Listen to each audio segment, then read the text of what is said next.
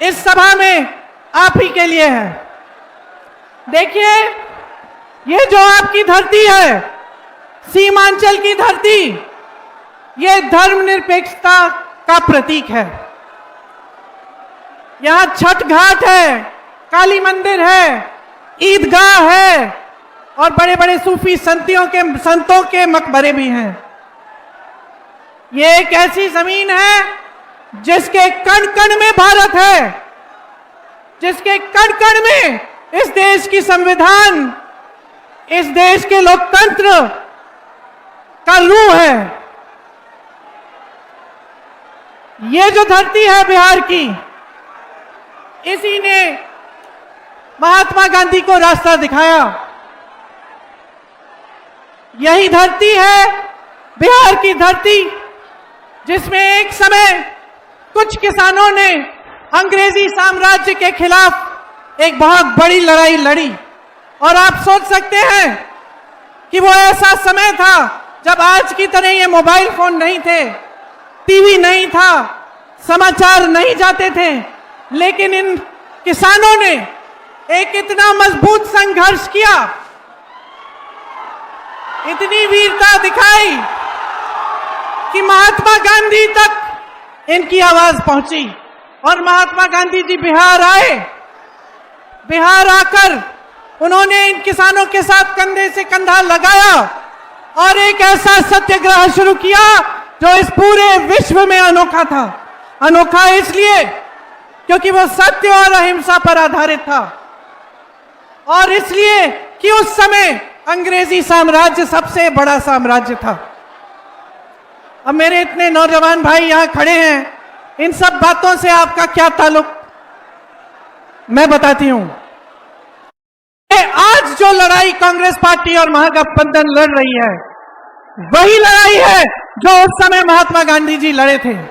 आज भी हम आपके अधिकारों के लिए लड़ रहे हैं, आज भी हम सत्य के लिए लड़ रहे हैं, आज भी हम एक साम्राज्य के खिलाफ लड़ रहे हैं, वो है नरेंद्र मोदी का साम्राज्य। आज हमारे प्रधानमंत्री जी उसी तरह से इस देश को चला रहे हैं, जनता को दबाते हैं, के बीच फूट फैलाने का काम उनकी पार्टी करती है। आप आवाज उठाते हैं, आप पर प्रशासन और पुलिस का जोर लगवाया जाता है। आज भी वही आपके अधिकार खतरे में हैं जिनके लिए महात्मा गांधी जी लड़े। क्या है वो अधिकार? उनमें से सबसे महत्वपूर्ण वोट का अधिकार है। ये जो वोट है आपका, जो आप कुछ ही दिनों में डालने जा रहे हैं, इस वोट से आपका भविष्य, आपका जीवन बनता है या बिगड़ता है। यह हमारे संविधान ने आपको एक सबसे बड़ी शक्ति दी है, जिससे आप इस देश की सरकार, इस प्रदेश की सरकार के लिए आप खुद निर्णय ले सकते हैं। और आज आपने देखा है कि संविधान को कमजोर करने की पूरी कोशिश भाजपा वालों ने की, और जब उनको पता लगा कि 2024 के जो आम चुनाव थे कि उसमें कि जनता खिलाफ है संविधान को कमजोर करने की, जनता लड़ेगी, जनता आवाज उठाएगी, तब वो पीछे हटे और उन्होंने जो इनका वोट चोरी का काम है उसको मजबूत करना शुरू किया। वोट चोरी का मतलब यह है कि आपके वोट का अधिकार खत्म करने की साजिश। कौन है वोट चोर? जोर से बोलो, कौन है वोट चोर? नाम लो उनका, नाम लो उनका। उनके साथ 3 और लोग हैं। सबसे पहला ज्ञानेश कुमार, बोलो मेरे साथ, ज्ञानेश कुमार। मेरे साथ बोलो, विवेक जोशी, एस.एस. संधू। ये 3 लोग हमारे चुनाव आयोग के सबसे बड़े अधिकारी हैं, और इनको इतनी शर्म नहीं है कि इस देश ने उनको दायित्व दिया है, उनको जिम्मेदारी दी है कि हमारे लोकतंत्र की रक्षा करें, हमारे वोट की रक्षा करें, लेकिन इनको शर्म नहीं है। ये आपके यहां से, बिहार से 65 लाख वोट काट रहे हैं, काटे हैं इन्होंने। तो आप बताइए, क्या इनको पद के पीछे छिपने देना चाहिए? क्या इनको अपने पद के पीछे छिपना देना चाहिए? हाँ कि ना? नहीं। बोलो, नहीं छिपना है। क्या कुछ महीने बाद ये रिटायर होकर चैन की जिंदगी जी सके, ये अच्छी बात है? क्या ये देश इनको भूलेगा? क्या आप इनको याद रखेंगे कि नहीं? जिन्होंने लोकतंत्र के साथ, संविधान के साथ, इस देश की मिट्टी के साथ विश्वासघात किया है, उनको आप भूलेंगे कि याद रखेंगे? याद रखिए इनको, इनके नाम याद कर लीजिए। जैसे एग्जाम के लिए आप मुद्दे याद करते हैं, उसी तरह से ये 3 नाम, और चौथे हमारे प्रधानमंत्री नरेंद्र मोदी जी, 5वें उनके गृह मंत्री अमित शाह जी, आप याद रखिए, क्योंकि वो समय आया और आएगा कि देश को जवाब देना पड़ेगा। और वो समय आएगा जब आप अपने अधिकारों की लड़ाई को मजबूत बनाएंगे, अपने बिहार को मजबूत बनाएंगे, और जो आपके साथ विश्वासघात हो रहा है उसका जवाब आप मांगेंगे। आज मेरे तमाम नौजवान भाई यहां खड़े हैं, बताओ शिक्षित हो कि नहीं? किसने पढ़ाई की है? हाथ उठाओ। की है पढ़ाई? क्या किसी नौकरी के लिए परीक्षा दी? आपको मालूम है कि शायद 25 लाख बच्चे हर साल बिहार में ये परीक्षाएं देते हैं कि नहीं? फिर क्या हुआ? क्या हुआ?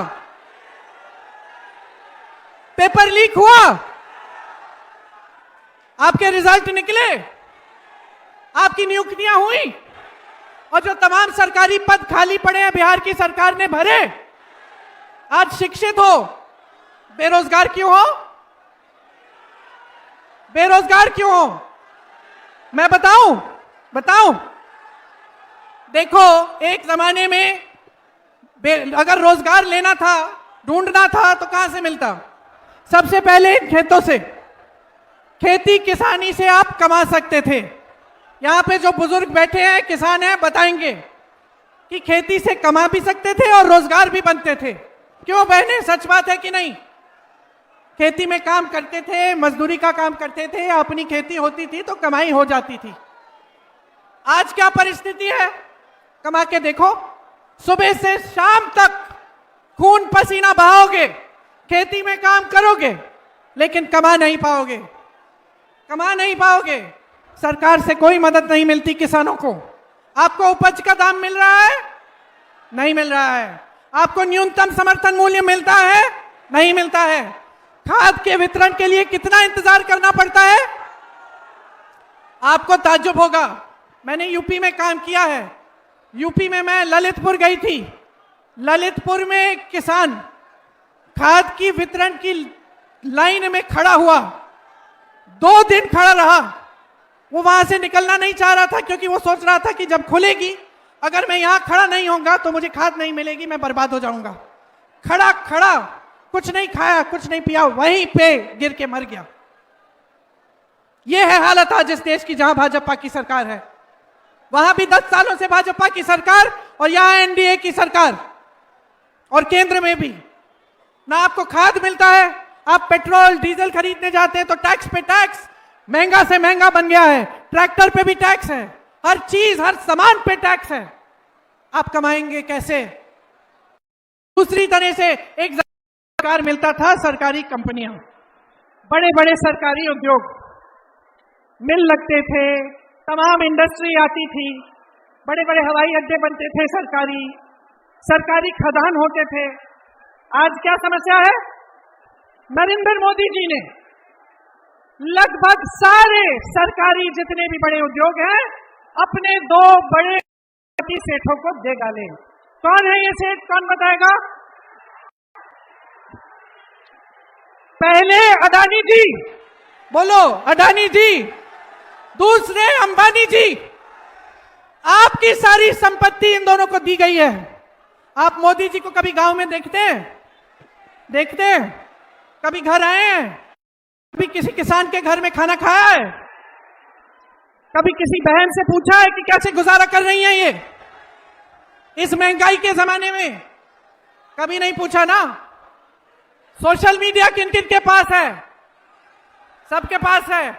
तो मोदी जी को अंबानी जी के बेटे के शादी में आपने देखा कि नहीं देखा? देखा ना। वहां भोजन खाए, वहां हाथ मिलाया, वहां हालचाल पूछे।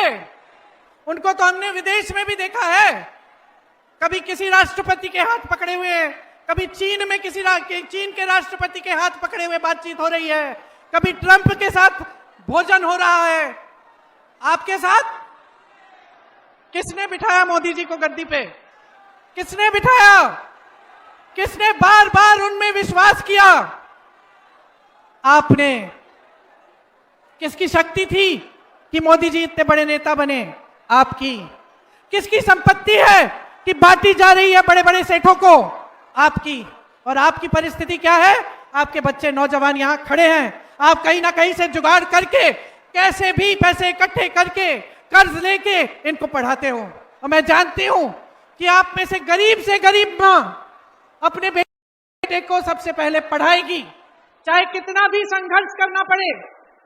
मैं ऐसी माताओं से मिली हूं जिनके पास कुछ छोटे मोटे सिलाई के काम किए, किसी के घर में बर्तन मांज लिए। क्यों? क्योंकि अपने बच्चों को पढ़ाना था, अपनी बेटियों को आगे बढ़ाना था, अपने बच्चों की तरक्की चाहते थे। ये सब आप करते हैं। जब आपके बच्चों की शादी का समय आता है, कर्ज लेते हो कि नहीं? ब्याज देते देते उम्र बीत जाती है। बहनों और भाइयों, सच बात है कि नहीं? आपके कभी कर्ज माफ किए मोदी जी ने? नहीं किए ना? किसके किए हैं? अंबानी जी, अदानी जी के 16 लाख करोड़ रुपए माफ किए। और आपकी एक कर्ज माफ नहीं किया, आपका 1 रुपया माफ नहीं किया। आज आप इस परिस्थिति में हो कि मेरी बहनों को डर लगता है बाहर जाएंगी अपराध होगा। अपराध 3 गुना बढ़ गया है बिहार में। और सबसे ज्यादा अपराध किसके खिलाफ हो रहा है? अति पिछड़ी जाति, दलित, अल्पसंख्यकों और महिलाओं और बच्चों के खिलाफ। किसी ने रोकने का प्रयास किया? नहीं। माफियाओं को बढ़ाया है आगे। जिधर देखो माफिया चल रही है। भूमि बालू माफिया, पहले सड़कों के ठेके, बड़े पुलों के ठेके यहां आप लोग को मिलते थे, मतलब बिहार प्रदेश में ही मिलते थे। आज कहां जा रहे हैं? आज सब बिहार के बाहर के ठेकेदार कर रहे हैं। तो आप कमाएंगे कहां से? जो बड़ी बड़ी कंपनियां थी उसमें रोजगार बंद हो गए हैं, और जो अभी भी खुले हैं उनका निजीकरण हो रहा है या फिर ठेकेदारी पे काम हो रहा है। कल परसों में गई, एक बड़ी फैक्ट्री थी, चीनी की मिल थी, वो चीनी की मिल बंद हो गई थी। चलिए सरकार ने खुलवा दी। खोल के पता क्या किया? जो बिहारी लोग उसमें काम करते थे उनको वापस नौकरी पे लगा तो दिया, लेकिन 40,000 रुपए से उनका वेतन 15,000 कर दिया ठेकेदारी पे। ये है नियत इनकी। तो ना आपको बड़े उद्योगों से या सरकार से रोजगार मिल रहे हैं, ना आपको खेती से मिल रहे हैं। चलो आप सोचते हैं चलो मैं अपना कुछ कर लेता हूं, अपना कारोबार शुरू कर लिया, छोटी दुकान खोल ली, छोटा सा कोई भी अपना बिजनेस कर लिया। क्या हुआ? नोटबंदी लाई है, उसके बाद जीएसटी लाए, छोटे दुकानदारों छोटे की भी कमर तोड़ दी। से भी जो एक आध रोजगार मिल सकता था वो भी बंद हो गया। तो रोजगार मिलने के कोई साधन ही नहीं छोड़े। सच्चाई ये है कि आप आज कोई भी संघर्ष कर लो, आप कितना भी काम कर लो, आपके परिवार में कितने भी सदस्य हो जो रोज मजदूरी करें, चाहे आपकी महिलाएं भी जाकर मजदूरी करें, फिर भी आपका पैसा काफी नहीं हो रहा है। एक सिलेंडर खरीदने के लिए रोना पड़ता है। त्योहार आता है, छठ है, दिवाली है, ईद है, घबराहट होती है कि मेहमान आएंगे, खाना पकाना पड़ेगा, लिपाई पुताई करनी पड़ेगी, तैयारी करनी पड़ेगी। त्योहार के लिए कैसे करेंगे? आज ये आपकी स्थिति है कि यहां से छोड़कर आधी आबादी पलायन करके बड़े बड़े शहरों में चली गई। आप नौजवान हो, अभी आप गए नहीं हो, लेकिन एक ना एक दिन आपको भी पलायन करके जाना पड़ेगा रोजगार के लिए। और क्या सोचते हो ये आसान बात है? नहीं है। मेरी बहनें बताएंगी जिनके पति दूर बड़े बड़े शहरों में काम कर रहे हैं और ये अकेली यहां अपने परिवारों को संभाल रही हैं।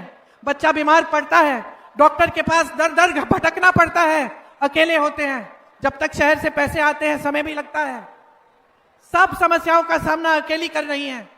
और जो वहां चले गया है पलायन करके, वो कितना संघर्ष करता है, बड़े शहर में जाता है, किसी को जानता नहीं है, किसी को पहचानता नहीं है, कहीं एक छोटा सा कमरा ले लिया किराए पे, उस कमरे में उसके साथ 10 और लोग देश भर से पलायन आके रह रहे हैं। वो बेचारा उन सबके साथ वहां रहता है, सुबह निकलता है, मजदूरी ढूंढ लेता है, जितना भी वेतन मिलता है, जितनी भी मजदूरी मिलती है ले लेता है कि चलो कोई बात नहीं, कुछ तो मिल रहा है, कुछ तो नौकरी कर रहा हूं, घर कुछ छोटा मैं बचा के भेज तो पा रहा हूं।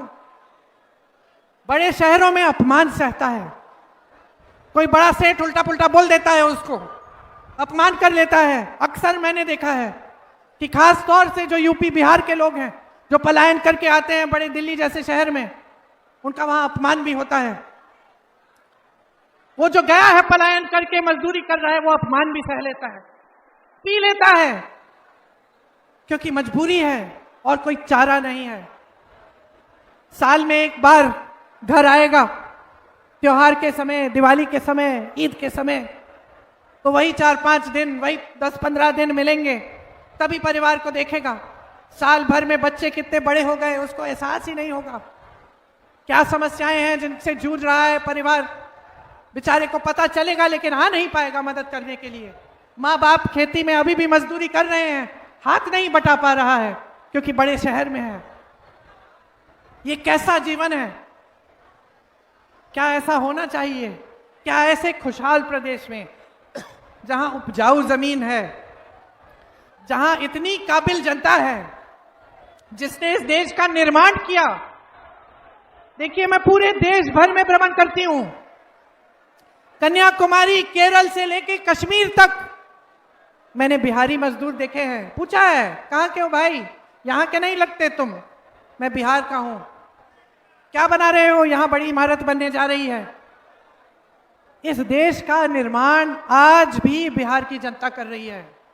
कन्याकुमारी से लेकर कश्मीर तक इतनी काबिल जनता, इतने काबिल शिक्षित नौजवान। यहाँ की शिक्षा की परंपरा देखो, गर्व होना चाहिए आप सबको कि यहाँ की शिक्षा की व्यवस्था इतनी मजबूत थी कि यहीं से आईएएस के अफसर, आईपीएस के अफसर, आईएफएस के अफसर सारे जाते थे। अरे बड़े बड़े अधिकारी, बड़े बड़े नेता, इस देश के सबसे पहले दलित मुख्यमंत्री यहीं के, बिहार के।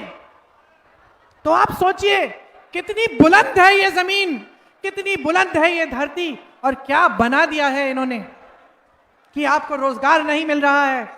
आप संकट ही संकट का सामना करते रहते हो और सामने सिर्फ अंधेरा दिखता है।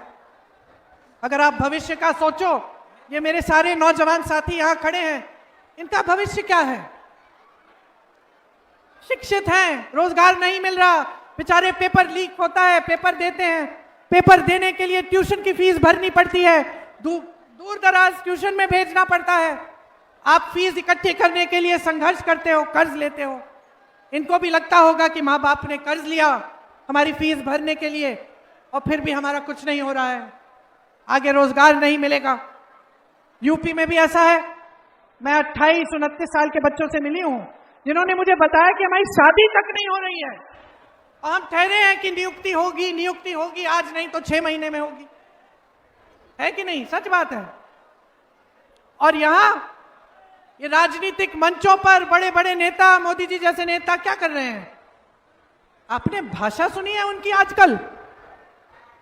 क्या भाषा शैली है? हमारे देश के प्रधानमंत्री हैं, क्या भाषा शैली है उनकी?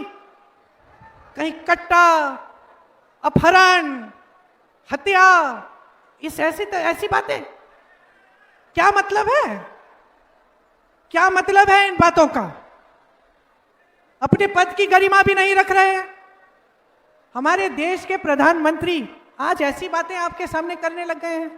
इनकी पूरी राजनीति जनता को बांटने में रही है, धर्म के आधार पर वोट मांगते हैं।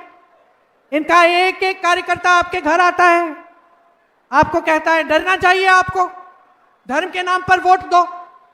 बहनों, यूपी में मैं जहां गई थी, कई जगह जगह गई, वहां भाजपा के कार्यकर्ता जाकर प्रार्थना करवाते हैं, शपथ दिलवाते हैं कि धर्म के नाम पर आप भाजपा को वोट देंगे। ये कोई बात नहीं हुई। ये आपको फुसलाने का काम है, आपके ध्यान को भटकाने का काम है। देश के प्रधानमंत्री की हिम्मत होनी चाहिए कि आपके मंच पर आए और आपके रोजगार की बात करें, आपके मंच पर आए, आपके भविष्य की बात करें, आपके मंच पर आए, बताएं कि यहां का वो बड़ा पुल अभी तक क्यों नहीं बना है, आपके मंच पर आए, बताएं कि कितनी शिक्षा के संस्थान ये लगाएंगे आपके लिए, यहां कितने डिग्री कॉलेज, कितनी यूनिवर्सिटियां। ये बात करनी चाहिए कि ये सब उल्टी सीधी बातें ध्यान बताने। आप बताइए, आपको क्या लगता है, ये शोभा देता है एक प्रधानमंत्री को? बहनें, 20 सालों से इनकी सरकार है, आप मुझे बताओ आपकी तरक्की हुई है 20 सालों में? 20 सालों में आपको क्या इन्होंने 10,000 5,000 रुपए दिए कि नहीं दिए? दिए कि नहीं दिए? अभी दिए हैं ना, एक हफ्ते पहले दिए हैं ना, इससे पहले 10 सालों में दिए थे कि नहीं दिए थे? नहीं दिए थे। क्यों नहीं दिए? क्यों नहीं दिए? आज क्यों दे रहे हैं? आज क्यों दे रहे हैं? मैं बताऊं, इतना भ्रष्टाचार फैला दिया है बिहार में, हर चीज के लिए आपको घूस देना पड़ता है कि नहीं? देना पड़ता है। आप पहचान पत्र बनाने जाते हैं तो घूस देना पड़ता है ना? कोई छोटा मोटा काम, उसके लिए घूस देनी पड़ती है, देना पड़ता है ना? इनको घूस की आदत पड़ गई है। ये सोचते हैं कि हम भी जनता को घूस दे देते हैं, 10,000 रुपए दे देंगे बहनों को, बहनें हमें वोट दे देंगी। देखो, मैं महिला हूं तुम्हारी तरह, मैं समझती हूं कि महिला होने का मतलब क्या है। चाहे किसी भी परिवार की महिला हो, समाज की सहायता नहीं मिलती, संघर्ष अपना होता है। चाहे किसी भी परिवार की महिला हो, बाहर जाके काम करती है, घर आके भी काम करती है, उसका एक अलग बहुत गहरा संघर्ष होता है। आप नहीं समझ पाएंगे मेरे पुरुष दोस्तों, आप नहीं समझ पाएंगे। आप घर आते हो, नौकरी करके, काम करके, लेट जाते हो आराम से,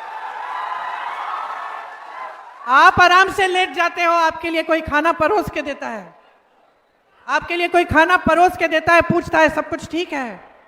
जब आप आराम करते हो, फिर वो बच्चों को देखती है, वो देखती है कि बच्चे ठीक हैं, बच्चों ने खाना खाया है, पढ़ाई की है, कल पाठशाला जाना है, बस्ता तैयार है कि नहीं, हाथ पांव साफ किए, नहाए धोए बच्चे की नहीं। फिर वो देखेगी कि घर में जो बुजुर्ग हैं उन्होंने खाना खाया कि नहीं, उनकी देखभाल करेगी, और अंत में जाकर मेरी बहन खाना खाएगी, अंत में सोएगी। ये संघर्ष आप नहीं समझ सकते, लेकिन मेरी बहनें समझती हैं, और मैं समझती हूं, मैं देखती हूं हर जगह जाकर। आप खेती में भी काम करती हो तो घर आकर और काम होता है। कोई आपके संघर्ष को पहचानता है? 10 सालों में किसी ने आपके संघर्ष को पहचाना कि आपकी बेटियां जब घर से निकलती हैं तो आप घबराती हो कि वापस आएगी सही सलामत कि नहीं? घबराती हो ना? किसी ने आपको पूछा? नहीं पूछा। और आज चुनाव आ गया तो आप याद आ गई। अगर आपकी कोई सहेली होती जिसका पति साल भर उसे नहीं पूछता, जब देखो तो डांटता पीटता, पी के आता, तो क्या कहती तुम? अगर वो सहेली तुम्हें बताती कि आज तो अरे इनका मूड तो बहुत अच्छा था, ये घर आए, मेरे लिए नई साड़ी खरीद के ले आए, और उन्होंने आज मुझे कहा कि मैं तो तुम्हारी आज से बहुत अच्छी देखभाल करूंगा, तुम फिक्र मत करना, आज से तुम इस घर की महारानी बन के रहो, तो तुम अपनी दोस्त को, अपनी सहेली को क्या कहती? यही कहती ना, इनकी बातों में मत पड़ो, ये 10 सालों से तुम्हें पीट रहा है, 10 सालों से तुम्हें प्रताड़ित कर रहा है, तुम इसकी बातों में मत पड़ो, ये वैसा का वैसा रहेगा जैसा था। यही कहोगी ना? और यही आपकी सरकार है, यहाँ की यही सरकार है। 10-20 साल गुजर गए, आपके लिए कुछ नहीं किया। अब पता चला कि जनता का मूड बदल रहा है, जनता दुखी है, परेशान है, रोजगार नहीं मिल रहा है, महिलाओं को सुरक्षित नहीं रख रहे हैं, संघर्ष कर रही हैं, तो चलो कोई नई स्कीम निकालते हैं, उनको 10,000 रुपए पकड़ा देते हैं। तो मेरी बहनों, बहुत समझदार होती हो तुम, ले लो 10,000, और चुनाव से पहले और देंगे तो और भी ले लो, लेकिन अपना वोट मत दो इनको।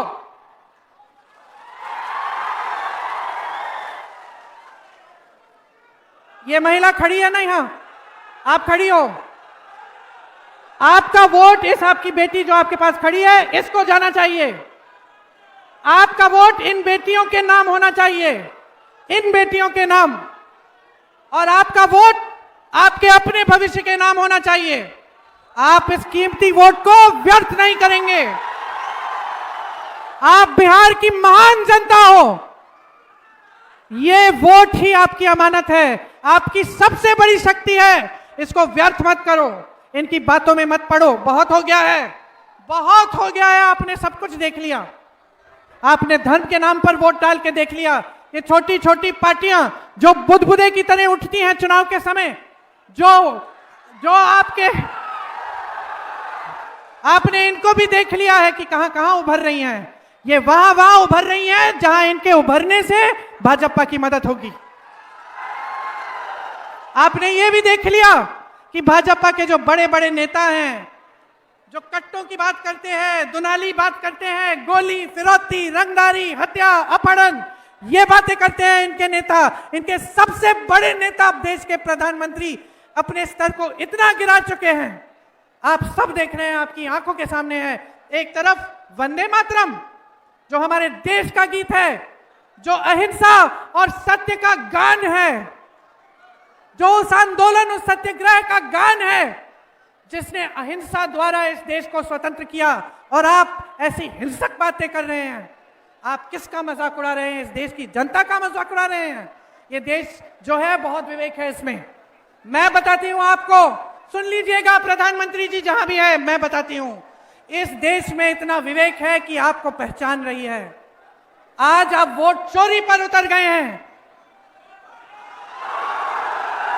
क्योंकि आप जानते हैं कि ध्यान भटकाने से काम चल नहीं रहा है, धर्म का नाम लेने से काम चल नहीं रहा है,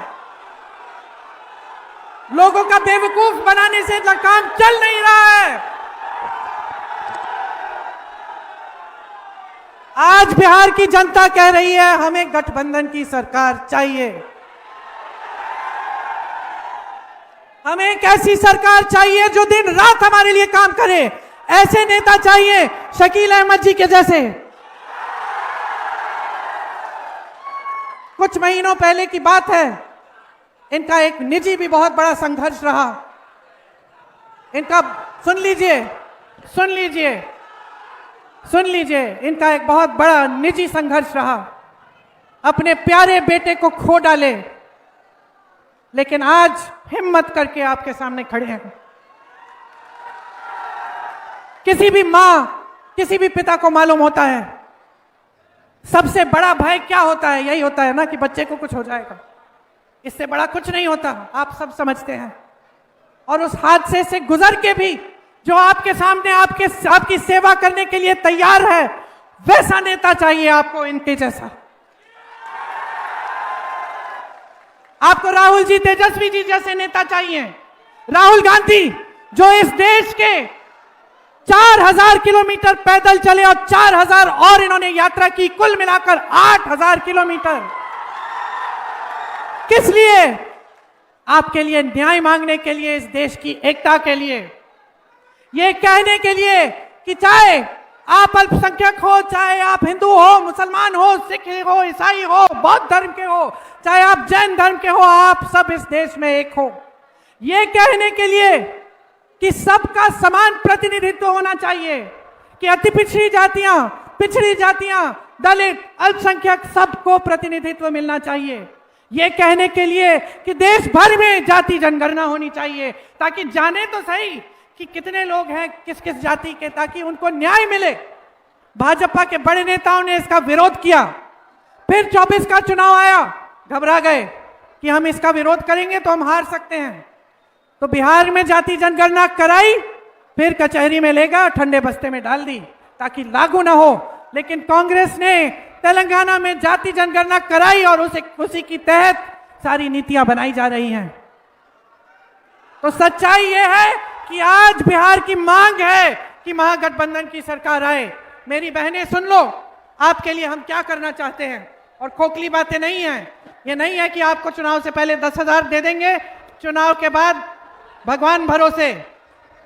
ये वो बात है जो जहां कांग्रेस की सरकारें हैं वहां आज के दिन हो रही हैं। सिलेंडर को 500 रुपए में आपको देंगे। तेलंगाना में, कर्नाटका में जहां कांग्रेस की सरकार है, गैस सिलेंडर के दाम घटाए गए हैं। जीविका दीदियों को 30,000 रुपए का वेतन मिलेगा प्रति माह और पक्की नौकरी मिलेगी। बेटियां, तुम्हारे लिए हर अनुमंडल में महिला कॉलेज बनेगा। विधवा पेंशन 1500 रुपए और हर साल 200 रुपए बढ़ाया जाएगा। वृद्धजन पेंशन भी 1500 रुपए किया जाएगा। भूमिहीन परिवारों को मकान हेतु 3 से 5 डिसमिल जमीन मिलेगी और ये जमीन मेरी बहनों के नाम होगी। और जो पैसे आएंगे आपको माई बहन योजना में हर महीने 2500 रुपए दिए जाएंगे और सीधे आपके खाते में दिए जाएंगे। मैंने जातिगत जनगणना की बात की। पंचायती राज एवं नगर निकायों में ईबीसी आरक्षण 30% होगा और दलित आरक्षण 20%। अति पिछड़ा वर्ग अत्याचार निवारण अधिनियम बनाया जाएगा जिससे ये जो अपराध आप सब पे बढ़ रहे हैं इनको रोका जाए। और निजी शिक्षा के संस्थानों में भी आपके लिए आरक्षण होगा। नौजवानों के लिए जब आप परीक्षा देने जाएंगे तो आने जाने का खर्चा सरकार उठाएगी। आपकी जो फीस, आपकी जो फॉर्म है वो निशुल्क होगी, उसकी फीस रद्द की जाएगी। 3 साल में कि आपकी डिग्री आप 3 साल में ही खत्म करोगे। आपके लिए आवासीय अंग्रेजी मॉडल विद्यालय बनाए जाएंगे और शिक्षा के लिए और उद्योग के लिए बिहार में 2000 एकड़ जमीन अलग से रखी जाएगी जिसमें शिक्षा और उद्योग का निर्माण होगा। शिक्षा के केंद्र बनेंगे। आज के दिन प्रधानमंत्री मोदी जी यहां की जमीन 1 रुपए एकड़ में अडानी जी को दे रहे हैं। आप सोचो, आप सब यहां खड़े हो, हजारों एकड़ जमीन 1 रुपया प्रति एकड़ में अडानी जी को दी जा रही है। अगर वही जमीन 1 एकड़ भी एक नौजवान को दे देते तो तुम अपना भविष्य नहीं बना देते? तो हम जमीन को आपके लिए, आपके शिक्षा के संस्थानों के लिए और आपके जो उद्योग बनवाने के लिए रखना चाहते हैं। हर विधानसभा में उद्योग बनाने के लिए, वहां स्थानीय उद्योग बनाने के लिए अलग से 10 करोड़ रुपए भेजे जाएंगे। अगर कोई नौजवान चाहता है कि वो अपना छोटा सा कारोबार शुरू करे तो उसके लिए सरकार 2 लाख रुपए देगी। आपका एक जॉब कैलेंडर बनेगा जिसमें प्रतीक्षा का दिन, परीक्षा का दिन, रिजल्ट का दिन और नियुक्ति का दिन पहले से तय किया जाएगा। और किसी ने उसको बदलने की कोशिश की, घोटाले करने की कोशिश की तो सख्त से सख्त कार्रवाई होगी। ये सब हम नौजवानों के लिए करना चाहते हैं। बहनें, आज किसी का इलाज करना पड़ता है तो बहुत मुश्किल होती है। राजस्थान में कांग्रेस की सरकार थी तो 25 लाख का स्वास्थ्य बीमा मिलता था। इसका मतलब है कि 25 लाख रुपए तक जितना भी इलाज करना था, चाहे वो कैंसर का इलाज हो, चाहे वो हार्ट का मरीज हो, चाहे लिवर की बीमारी हो, चाहे फेफड़े खराब हो, पूरा इलाज 25 लाख रुपए तक सरकार आपको निःशुल्क देती थी, प्राइवेट में भी और सरकारी में भी। हम वही लागू करना चाहते हैं यहां बिहार में। आप सोचो कितनी सुविधा होगी अगर स्वास्थ्य की जो सुविधाएं हैं आपको 25 लाख तक निःशुल्क मिले। यहां सरकारी अधिकारी खड़े हैं, कर्मचारी खड़े हैं। अगर कोई भी इनसे पूछेगा कि आज आपकी सबसे बड़ी मांग क्या है, बोलेंगे हमें पुराना पेंशन चाहिए। बोलोगे कि नहीं? कहेंगे हमें पुराना पेंशन चाहिए। जो इनका पेंशन था, जिसके लिए लोग तड़पते थे कि हमें सरकारी नौकरी चाहिए एक जमाने में, वो बुजुर्ग बैठे हैं, वो बताएंगे। एक जमाने में सरकारी नौकरी अगर लग जाती थी तो मान लो लॉटरी लग गई, क्योंकि आज जीवन सुरक्षित रहोगे, पेंशन मिलेगा, आराम से जिंदगी जियोगे। काम जब हो जाएगा, 20 साल की सर्विस हो जाएगी, फिर भी कुछ मिलते रहेगा। आज स्थिति यह है कि उस पेंशन के पैसे भी सरकार मार्केट में डाल देती है, बड़े बड़े उद्योगपतियों के पास जाता है। तो हम चाहते हैं कि जो पुराना पेंशन है आपको वापस फिर से मिले, और हम ओपीएस पुरानी पेंशन स्कीम यहां पे लागू करना चाहते हैं। दिव्यांग भाइयों और बहनों के लिए 3000 रुपए प्रति माह आपको पेंशन मिलेगा। मेरे किसान भाइयों के लिए आपको न्यूनतम समर्थन मूल्य हम गारंटी करके दे रहे हैं। यहां मंडी की व्यवस्था नहीं है, कोल्ड स्टोरेज नहीं है, हम मंडी की व्यवस्था यहां शुरू करेंगे। मनरेगा की जो मजदूरी है हम 300 रुपए प्रतिदिन कराएंगे, और जो मजदूरी के दिन हैं उनको 2 गुना करेंगे। और ये भी सुन लीजिए कि 200 यूनिट बिजली आप सबको मुफ्त में मिलेगी। तो आपको महागठबंधन की सरकार चाहिए कि नहीं चाहिए? बहुत हो गया है भाई और बहनों। देखिए, बड़े बड़े भाषण आपको सब दे सकते हैं, जो सच्चाई है आपके जीवन की वो आप जानते हैं। आपको जरूरत नहीं है कि कोई बड़ा नेता आए मेरी तरह मंच पे खड़े होकर आपको बताए कि आपका संघर्ष का जीवन है। आप अपने संघर्ष को जी रहे हो। रोज सुबह उठते हो, घबराते हो, आज मजदूरी मिलेगी कि नहीं, बच्चों की फीस भर पाएंगे कि नहीं, इलाज हो पाएगा कि नहीं। तो बदलाव लाना है, मेरे लिए नहीं, शकील जी के लिए नहीं, कांग्रेस पार्टी के लिए नहीं, महागठबंधन के लिए नहीं, आपके अपने लिए, आपकी इस प्यारी बिहार की धरती के लिए, जिसने सबको बनाया है, इस देश को बनाया है, जिसको बिगाड़ा जा रहा है, इस धरती के लिए, इस मिट्टी के लिए जिसमें आपके पूर्वजों का खून, पसीना और शहादत है। आपके पूर्वज जिन्होंने किसान आंदोलन किया, जिससे हमारा सत्याग्रह शुरू हुआ, जिससे हमारा देश आजाद हुआ, उनके लिए और आने वाली भविष्य की जो पीढ़ी है उसके लिए, अपने छोटे छोटे बच्चों के लिए एक महान बिहार, एक महान जनता जो इस बिहार का निर्माण कर पाए, जिसे मौका मिले, जिसे सरकार एक समान दृष्टि से देखे और सबको इकट्ठे आगे बढ़ाने का काम करे। तो आपने बहुत ही ध्यान से मेरी बातें सुनी। एक बार मेरे साथ बिहार की धरती की जय करिए, बोलिए बिहार की धरती की, बिहार की धरती की, बिहार की धरती की। और जान लीजिए कि ये जो वंदे मातरम, जिसकी 125वीं शायद सालगिरह कल पूरे भाजपा ने मनाई, ये भाजपा वाले, ये आरएसएस वाले इसको कहने से कतराते थे, इसको गाने से कतराते थे। ये स्वतंत्रता संग्राम का गीत था, इस देश का गीत है, इस जमीन की एकता की, इसकी जनता की एकता का गीत है। तो मेरे साथ आज बोलो वंदे मातरम, वंदे मातरम, वंदे मातरम। आज भी आपकी आजादी की लड़ाई है, आज भी आपकी अधिकारों की लड़ाई है, आज भी आपके ही देश की लड़ाई है। जय हिंद।